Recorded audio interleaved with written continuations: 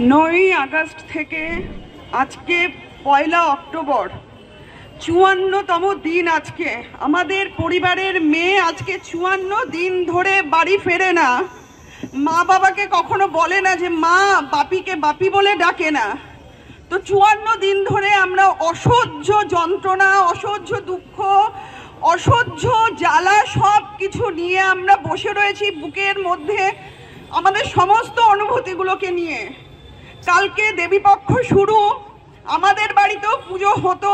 আমাদের বাড়িটা পুরো উঠান, যেটা পুজো দালান, পুরো ফাঁকা হয়ে গেছে। আপনারা অনেকেই সব কিছু জানেন, পুরো ঘটনাই জানেন। 9 তারিখের পর থেকে আজকে 54 দিন পর্যন্ত যা ঘটনা, সেগুলো নিয়ে আর বলতে চাই না। শুধু একটাই প্রশ্ন, একটা না অনেক প্রশ্ন আমাদের মনে, যে যারা আমাদের মেয়েকে এইভাবে খুন করেছে, তারা কেন করেছে, সেই প্রশ্নের উত্তর এখনো আমরা পাইনি। তারা সমাজে এখনো নির্দ্বিধায় বুক ফুলিয়ে ঘুরে বেড়াচ্ছে, সেই প্রশ্নের উত্তর কিন্তু এখনো আমরা জানি না যে তারা কারা।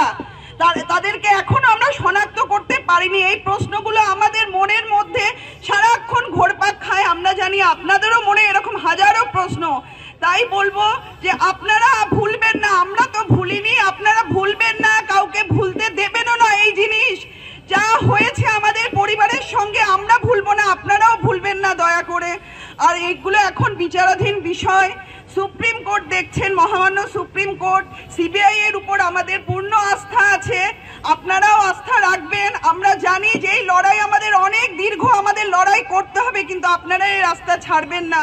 আমাদের পরিবারের মেয়ের সাথে সাথে এখন আমরা জানি, আমরা তিলোত্তমা অভয়া এই নামটা আমরা মুখে আনতে চাই না পরিবারে, কারণ তা আমাদের কাছে আমাদের মেয়ের একটা নাম ছিল, আমরা তাকে ভালোবেসে নানান নামে ডাকতাম। আমাদের এই অভয়া তিলোত্তমা ডাকতে কষ্ট হয়, কিন্তু মানুষ এখন এই নাম দিয়েছে, এই নামেই আমাদের ঘরের মেয়ের পরিচিতি।